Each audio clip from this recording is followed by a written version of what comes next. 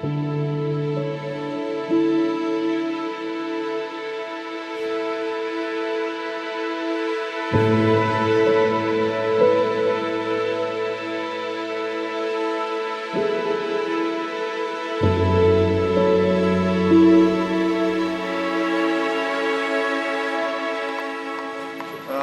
que os tubarões em raias são importantes?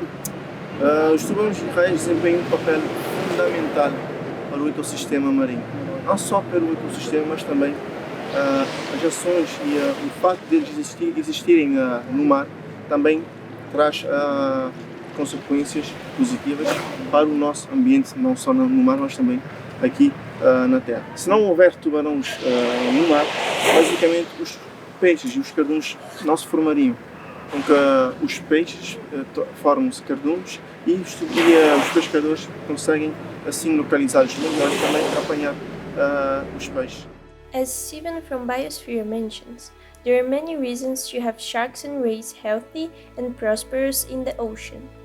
And Steven, as the leader of the Sharks and Rays project in the NGO Biosphere, is currently working hard with his team in order to document species and collect data by tagging them and also through implementing the proof system, with the objective of protecting species such as the black chinguitrofish and the Atlantic whistle shark, who are currently threatened in Cape Verde. In this episode, let's see how Steven and Biosphere are acting to save the sharks. Em 2019 passamos a coordenar o projeto e então fazer expedições periódicas para fazer a marcação e estudar mais acerca da população dessas espécies, por exemplo, do tubarão do viola, barba negra e também do tubarão da linha do Atlântico. E graças a isso temos coletado muitos dados. Até agora já temos cerca de 540 tubarões marcados entre essas duas espécies e que pode ser um bom indicativo para dizer se a população dessas espécies, pelo menos dentro da reserva marinha de Santa Luzia, está a diminuir ou se está a aumentar.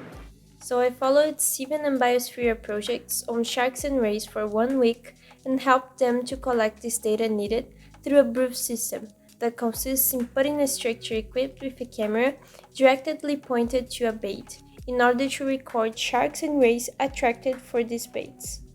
With this method, it is possible to identify the species of sharks and rays present in the area, their age, sex, and also their behavior. Normally, Steven and the team from Biosphere would put the proof at the bottom of the sea, where we can also find sharks and rays.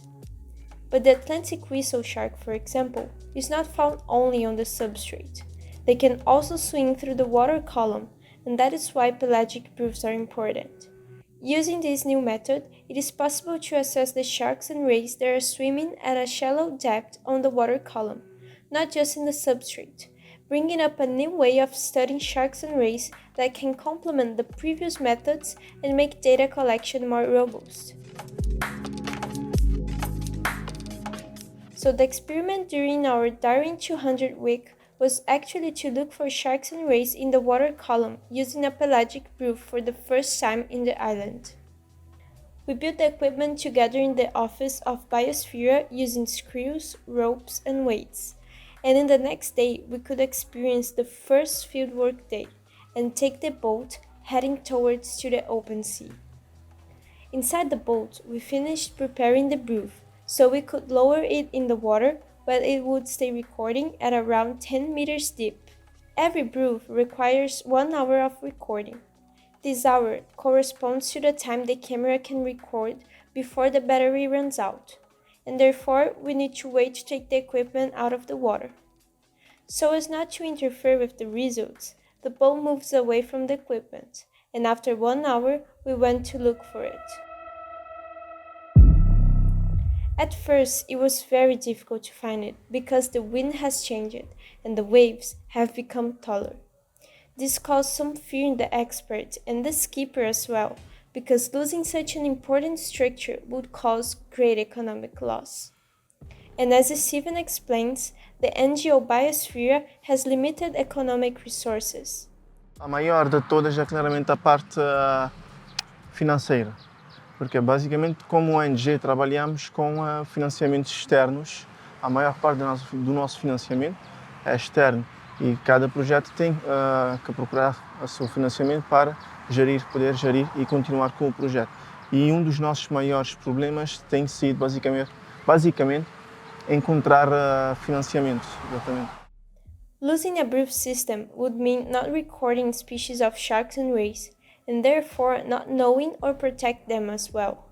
Without protection, activities that threaten sharks and rays would continue causing changes on the ocean biodiversity and consequences on land, especially on fishermen's life.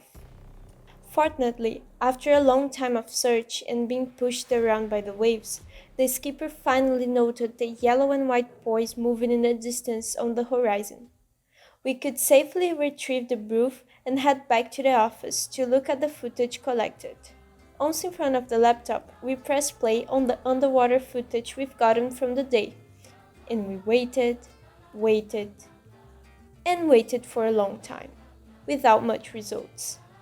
Unfortunately, we haven't managed to capture any shark or ray on footage.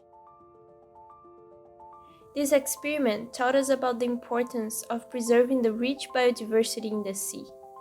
Collecting more and more data and logging behaviors of sharks and rays will help raise awareness and bring species in Cape Verde from endangered to protected. We hope more and more of this proof system can be used as watchful eyes of the sea. When you see a shark on your screen, that means it is being watched over and that biodiversity is guarded.